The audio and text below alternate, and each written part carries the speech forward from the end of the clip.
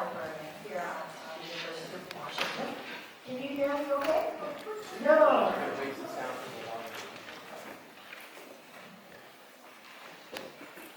Moshi moshi. Okay, great. Thank you. All right. So, yes. So welcome. I just said welcome. So I'm emceeing of this event, and I wanted to let you know that this event is audio and video recorded. So part of the recording will be uploaded to YouTube, and so if you don't want to be part of it, here's a camera. So you're aware of that.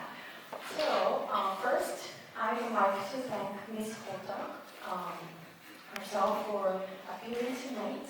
She has traveled to Seattle all the way from Japan at her own expense, and she is volunteering her time and talent for this very special event.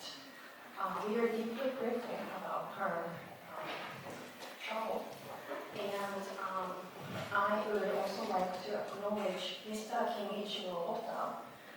He is a producer and is also volunteering his time and energy to make tonight's event possible. I would also like to thank Ms. Miki Nakamaki. She proposed this event at the first place and assisting as liaison with Mrs. Hotta. We have a reception after this event.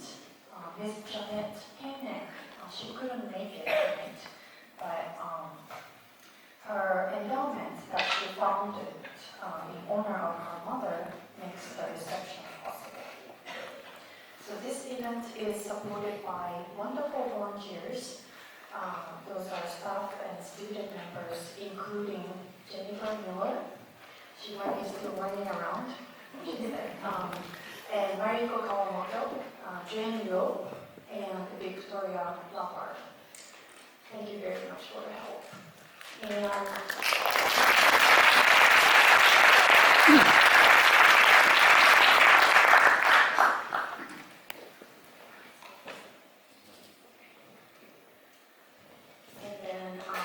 Thank you all for coming.